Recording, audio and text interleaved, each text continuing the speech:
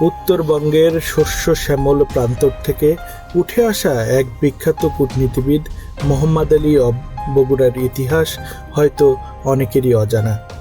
19 October বগুড়ার এক সম্ভ্রান্ত পরিবারে যার জন্ম, সেই মেধাবী কিশোরটি একদিন শাসন করেছে অবিভক্ত পাকিস্তান।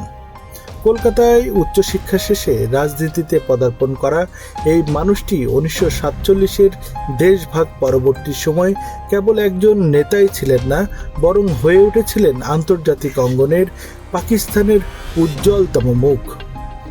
যুক্তরাষ্ট্রের রাষ্ট্রদূত হিসেবে দায়িত্ব পালনকালেও সম্মানহানি ব্যক্তিত্ব ও প্রখর বুদ্ধিমত্তা বিশ্ব নেতাদের দৃষ্টি আকর্ষণ করতে সক্ষম হন। ব্রিটিশ আমলে তিনি মুসলিম লীগ রাজনীতির সাথে যুক্ত হন এবং ধীরে ধীরে গুরুত্বপূর্ণ নেতা হিসেবে আত্মপ্রকাশ করেন। 1953 সালে পাকিস্তানের চরম রাজনৈতিক অস্থিরতার ক্রান্তিলগ্নে তিনি প্রধানমন্ত্রীর দায়িত্বভার গ্রহণ করেন। পূর্ব ও পশ্চিম পাকিস্তানের মধ্যকার বৈষম্য ও ক্ষমতার দ্বন্দ্বে যখন রাষ্ট্র টলমল, তখন তিনি উপহার দেন তার সেই কালজয়ী বগুড়া ফর্মুলা। এটি ছিল দুই অংশের মধ্যে ক্ষমতার ভারসাম্য বজায় রাখার এক অনন্য সাংবিধানিক প্রচেষ্টা।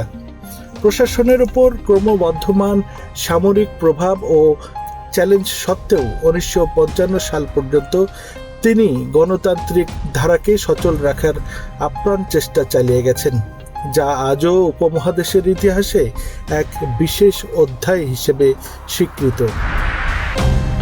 অথচ আজ চিত্রটা বড়ই হাহাকারের।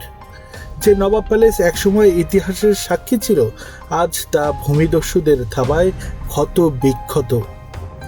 অভিযোগ উঠেছে তার ঐতিহাসিক স্মৃতি বিজড়িত এই বাড়িটি ভেঙে গুঁড়িয়ে দেওয়া হয়েছে, যার ফলে বর্তমান প্রজন্মের সঙ্গে শেকড়ের সংযোগ সম্পূর্ণ বিচ্ছিন্ন।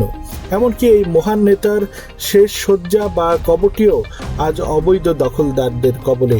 প্রত্নতত্ত্ব অধিদপ্তরের সীমাবদ্ধতার সুযোগে প্রভাবশালী চক্রটি যেন এক গভীর ষড়যন্ত্রে লিপ্ত হয়েছে এই ইতিহাসকে চিরতরে মুছে ফেলার জন্য, যা রাষ্ট্রের সংস্কৃতি ঐতিহ্যের ওপর চরম আঘাত। প্রত্নতত্ত্ব অধিদপ্তরের আঞ্চলিক পরিচালক AKM সাইফুর রহমান এই ঐতিহ্য রক্ষায় তাদের আইনি ও সাংগঠনিক সীমাবদ্ধতার কথা অকপটে স্বীকার করেছেন। নবাব বাড়ির অংশটা ভেঙে ফেলাতে অবশ্যই এটা বিচ্ছিন্ন হয়ে গেছে। প্রত্নতত্ত্ব খুবই চেষ্টা করেছে, কিন্তু সম্ভব হয়ে ওঠে নাই। প্রত্নতত্ত্বের শক্তি সামর্থ্যের দিক থেকে আসলে আমরা হয়তো পারি নাই।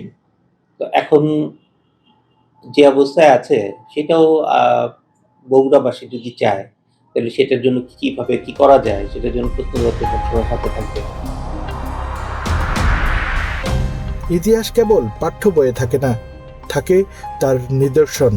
আর সেই নিদর্শনগুলি যদি আমরা রক্ষা করতে না পারি, তবে ভবিষ্যৎ প্রজন্ম এক রিক্ত পরিচয়হীন জাতিতে পরিণত হবে। বগুড়ার এই মহাপ্রাণের স্মৃতি আজ ধ্বংসের কিনারে দাঁড়িয়ে আছে, কেবল সময়ের বিবর্তনে হারিয়ে যাওয়া প্রহর গুনছে।